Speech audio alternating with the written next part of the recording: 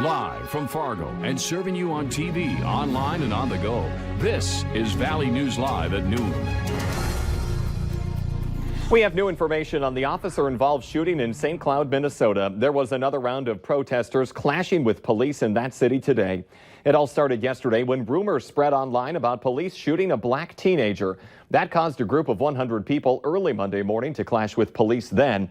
But police did not shoot anyone. A black teenager actually shot at police. Now, this is footage from that scene the other day. Today, the city dealt with a second morning of protests. Dumpsters were set on fire and tear gas had to be used on the crowd. Multiple people were arrested. There's no exact word on why there was a second protest today. New at noon, a 50-year-old man is dead after a wall of canola fell on top of him inside a grain bin. It happened yesterday afternoon just south of Adams, North Dakota. The Walsh County Sheriff says 4 different fire departments responded to the scene to safely pull the victim out of the bin. His name will likely be released sometime tomorrow.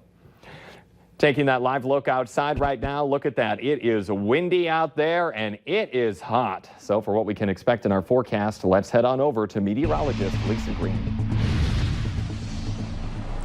Yes, a blast furnace kind of day out there today. Our wind advisory just took effect at the top of the hour. From noon until 10 o'clock tonight, we are dealing with those winds that could be gusting as high as 55 miles per hour. So right back in the thick of those strong winds yet again out of the south here for today. And most of us included in this alert.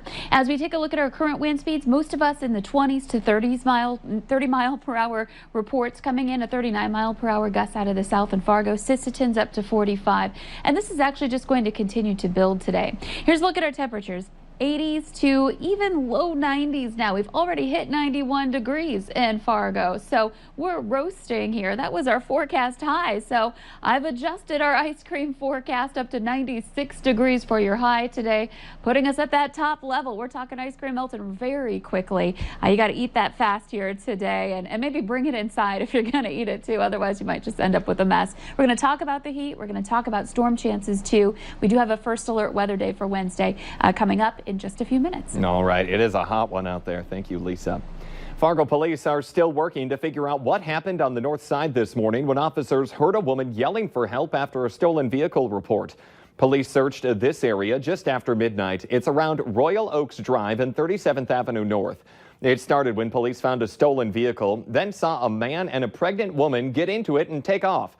After that, that's when police heard a woman yelling for help.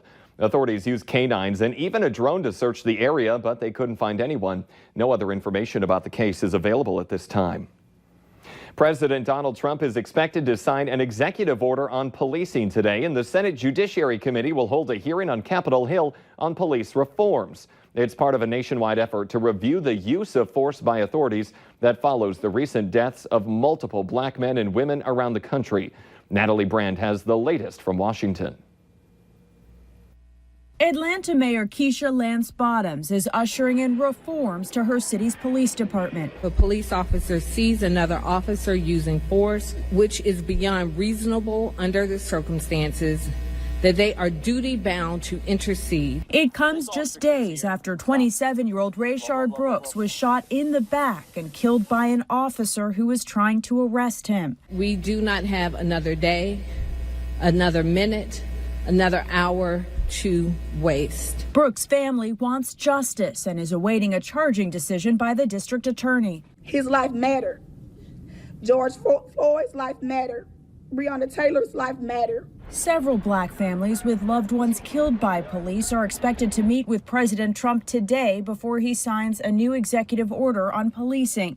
It's expected to outline standards for the use of force and call for a database to track officers with complaints. We want law and order, and we want it done fairly, justly. Here on Capitol Hill, the Senate Judiciary Committee will hold a hearing this afternoon on police use of force. Republicans are expected to soon introduce legislation that includes restrictions on chokeholds. Our conference is developing a serious proposal to reform law enforcement. Nationwide protests have sparked many local reforms in the weeks since George Floyd's death. Stand up, fight back! The New York City Police Department is disbanding its plainclothes anti-crime units. And Seattle City Council passed a ban on tear gas. Natalie Brand, CBS News, Washington. Seattle City Council also unanimously passed a ban on police using chokeholds. There was an uproar over how the police used tear gas on demonstrators recently there as well. We have new information this afternoon on COVID-19 in the region. The state of Minnesota is reporting another day of relatively low numbers compared to weeks past. The state says 9 new deaths are from COVID-19, bringing the death toll to 1,313. 197 new cases of the virus are coming in today, bringing the active case count to 2,563. More than 27,000 people are listed as recovered. The state of North Dakota is reporting 23 new cases of COVID-19 in the state. Cass and Burleigh County each had 9 of the new ones. There's a total of 330 active cases. 26 people are in the hospital with the virus. That's down 5 from the day before. The death toll remains at 74. Minnesota Democratic Congresswoman Ilhan Omar announced the death of her father due to complications from COVID-19. In a statement this morning, Omar said her father, Nur Omar Mohammed, died on Monday. She gave no additional information. Since her election in 2018, Omar has been at the forefront of promoting progressive policies, including the defunding and reconstruction of the Minneapolis Police Department. In our Healthier Me this afternoon, more than 1/5 of the world's population has at least one underlying health condition that puts them at risk for severe COVID-19.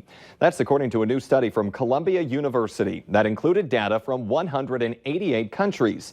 Researchers estimate that 1.7 billion people have cardiovascular disease, chronic kidney disease, diabetes, or chronic respiratory disease. All of these conditions have been shown to increase the risk of severe COVID-19 for those who get sick. Over 2/3 of adults over 70 years old have at least one of these health issues. In our consumer alert this afternoon, Amazon is rolling out new technology to help employees maintain social distance, and the company is planning to make the technology available to everyone. The camera system, which Amazon calls Distance Assistance, provides employees with real-time feedback on social distancing as they walk through a warehouse. The software uses machine learning models to differentiate people from their surroundings, as well as depth sensors to measure the approximate distance between the workers. As employees walk past the camera, green or red circles on the monitor indicate whether they're maintaining that proper social distancing. The coronavirus pandemic may help the American Gaming Commission accomplish a years-long goal. We're talking cashless payments on the casino floor.